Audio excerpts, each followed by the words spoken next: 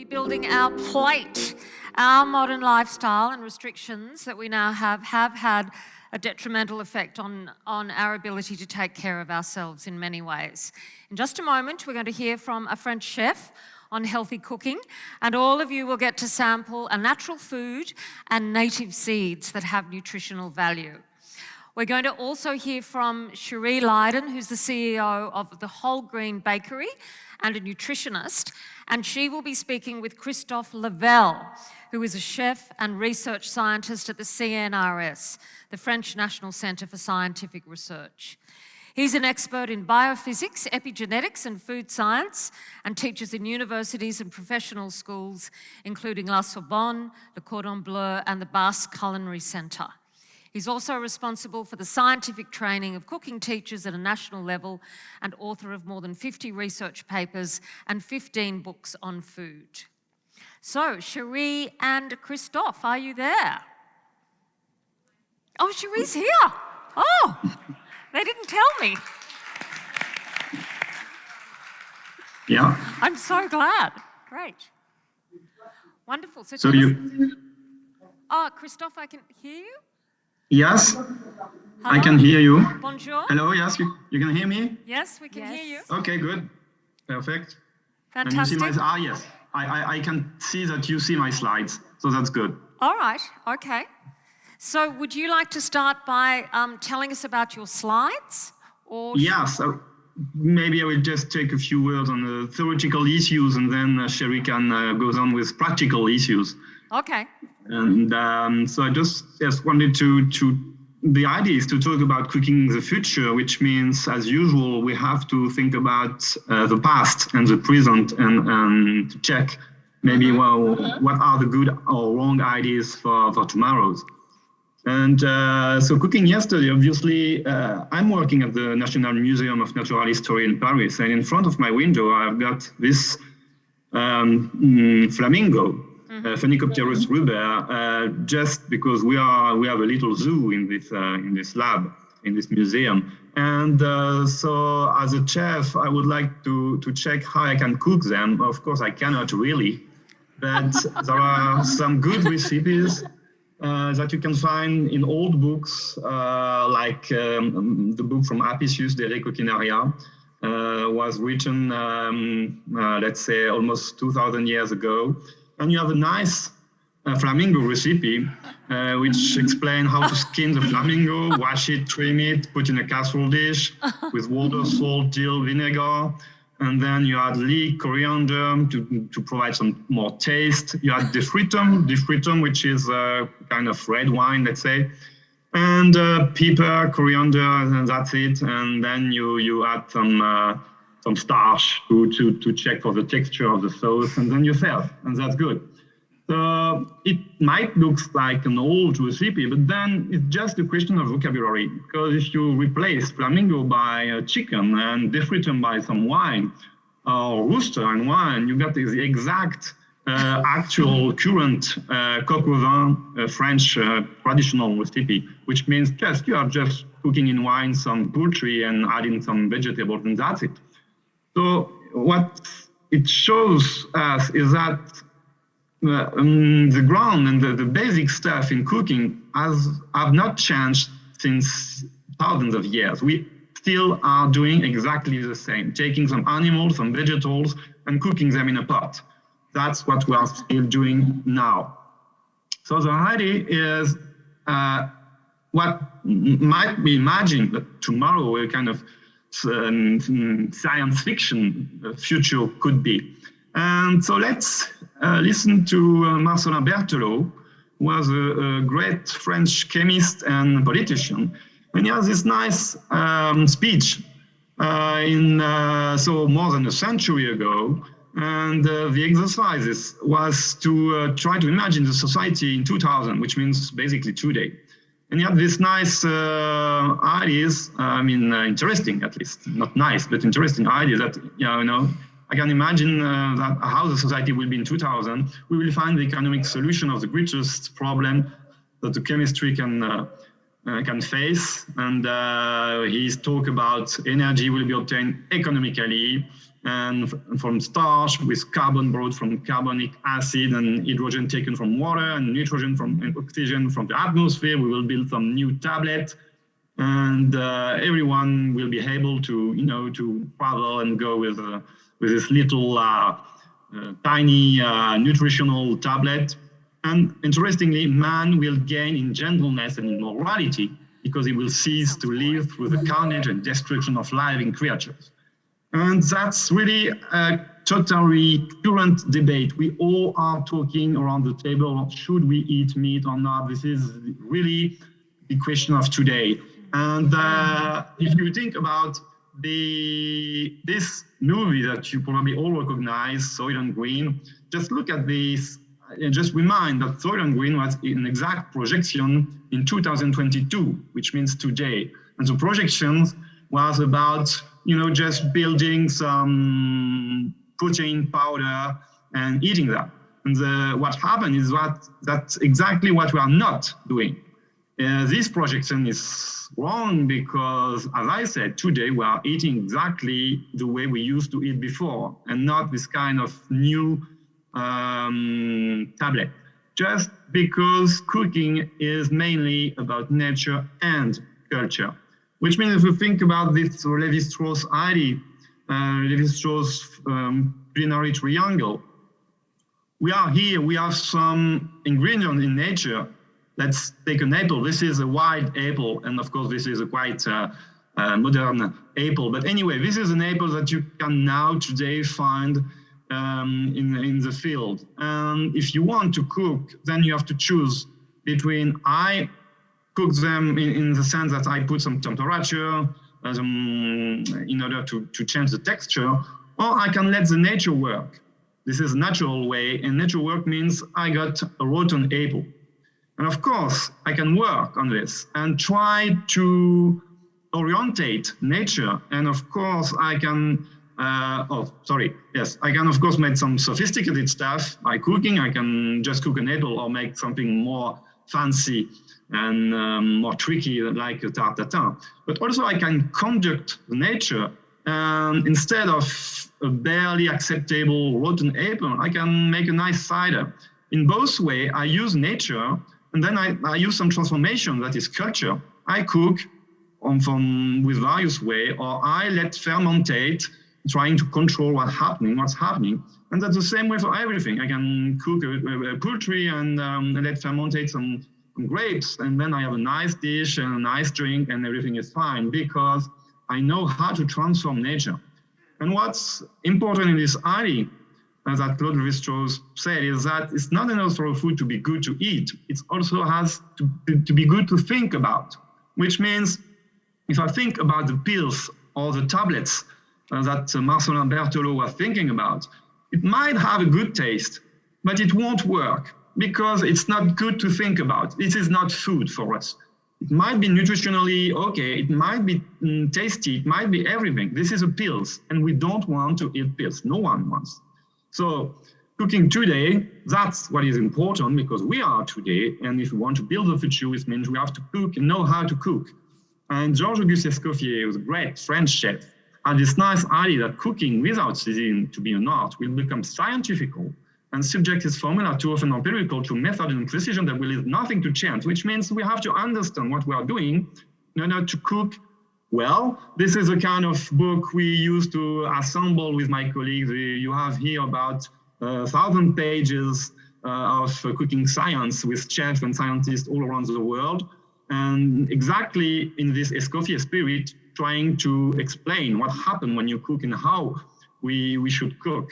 And also, then this is this is my last slide. And we have this idea that the discovery of a new dish does more for the happiness of mankind than the discovery of a star, which are the words from Jean-Antoine Brillat-Savarin, the great thinker of the 19th centuries. And it just should encourage us to, as usual, and as I said, to cook mainly. And I should also quote, of course, Auguste Cousteau from Ratatouille. We say that anyone can cook, and the fact is we have to cook. We just not can, we have to. Thank you.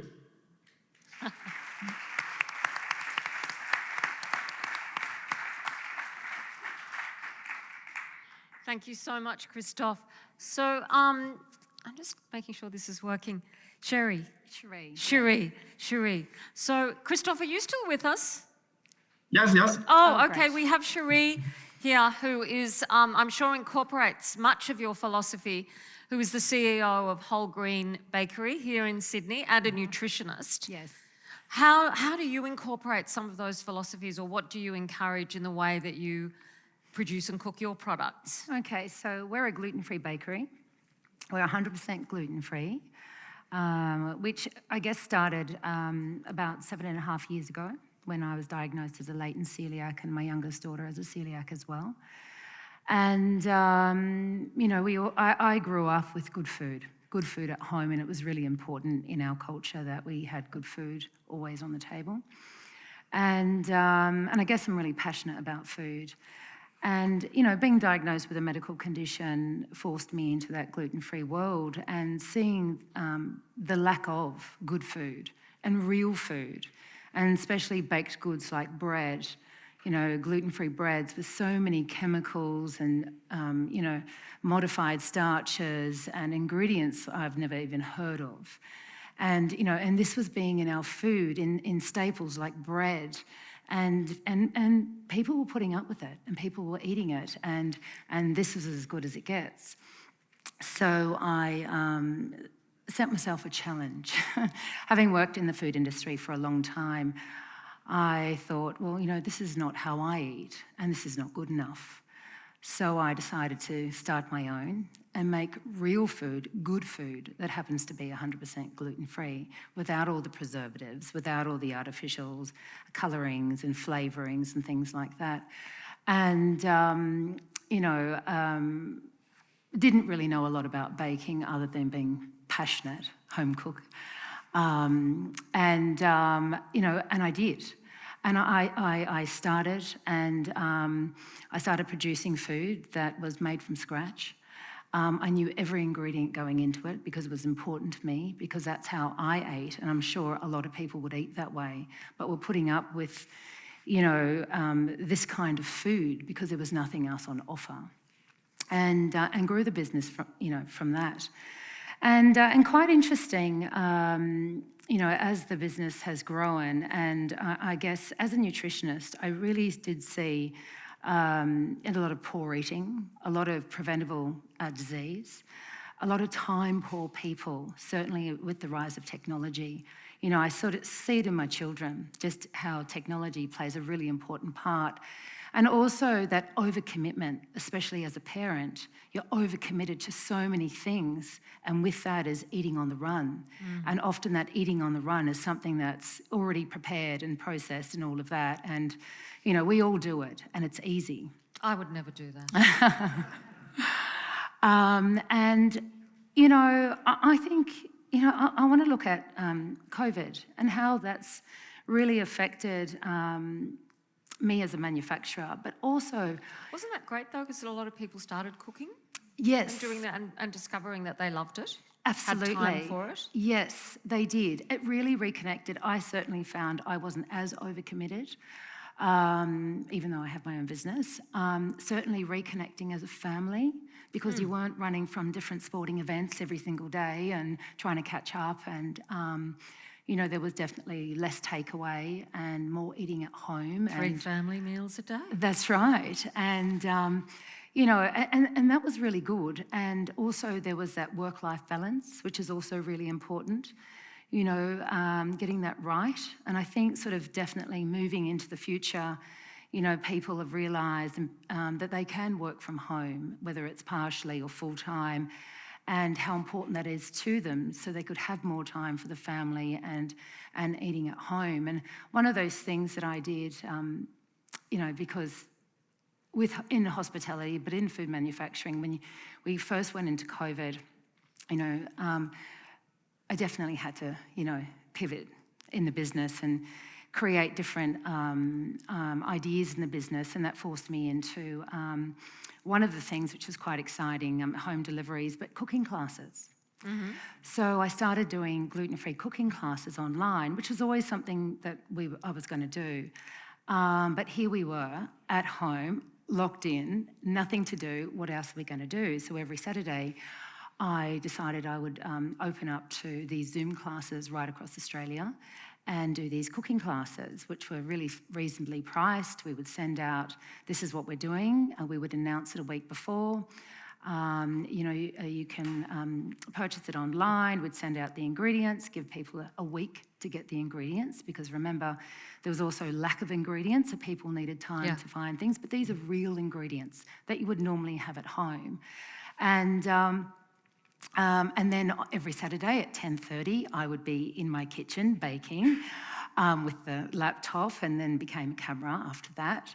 But what was so rewarding is these people who couldn't bake, had a lot of these ingredients at home, were gluten-free, put up with whatever they could find on the shelves, were actually baking for themselves. They felt so empowered and so chuffed that they had learnt this new dish, and then they were going to enjoy it with their family or partner or whoever at home. And, the photos that we were sent and the praise, and, you've taught us things that we would never have learnt from any cookbook or from any 15-second grab on Instagram or anything like that. You've really helped educate us about our ingredients so we can have the confidence to get back in the kitchen and cook. And so from that, as we moved into our new facilities in June and then went into another lockdown 2 weeks later, the plan was to have to open a cooking school there. And doing these cooking classes definitely has given me the confidence to open this gluten-free cooking school. And again, it's about empowering people about gluten-free ingredients, and that anyone can do it. If I can do it, an untrained baker, pastry chef, whatever, if I can do it, you can all do it. It's just all about having, some passion for what you eat and what you put into your mouth, and the joy you get out of that, because definitely food evokes emotion. And when, something like gluten is taken away, you think life becomes miserable and eating becomes miserable. And it's all about bringing that joy back into it. And especially if you make it yourself, it's, even more exciting. And so this cooking school is also about, not just about cooking, but about bringing, growers in. And teaching us to reconnect again with our food and reconnect with those, those ingredients, and also Australian growers, because definitely what we've seen now in manufacturing is the supply chain. And I came back after Christmas. My entire pastry chain were wiped out with COVID. And we supply our bread into Harris Farm, was Metro, and if the bakery went down, we're not supplying anyone anymore, hence the empty shelves. And it just made me realise the importance and we couldn't get a lot of our ingredients, and especially being overseas, and shipping became so expensive, and obviously then that cost was put onto us, which then we've got to put onto the customer. And then all of a sudden it's like, do we have a sellable product? And it definitely made us to look local, always keep seasonal, which we were doing as it was easier supply. And so just to... Great. Yeah. Let's just see if Christophe is still there in Paris. Yes. Oh my God, there we he can is. see you. How wonderful. Hello. Christophe, we would absolutely adore to try some of your food, but unfortunately we can't. So was there anything else you wanted to say? Because we are just about to wrap up our evening, La Nuit Décidée, here in Sydney. And the folk here are going to sample some natural food and native seeds. But what tasty morsel of an idea can you leave us with? I would like to, about what Cheri said, I think what is very important, and I totally agree, and I think the main idea is to master the art of cooking. When I say master the art of cooking, it's not something complicated. It's something that everyone can have. And the idea is, once you have a little know-how about cooking food, and for the question of gluten, you can choose to cook with gluten or not. If you have no problem with gluten, you cook with gluten. If you have problems, since you have the knowledge, you know how to cook without gluten. And so, as usual, the main the main important thing is to have the knowledge, and then it gives you the practical ideas and the know-how to master what you want to, and to totally control what you want to eat. And this is all about having this culture. And this is typically the culture we should have at school in order to be able to be better citizens, I would say. Fantastic. Christophe, thank you so much. Thank you. And Cheri Lyden. Oh, thank you. Yes, thank you. Au revoir.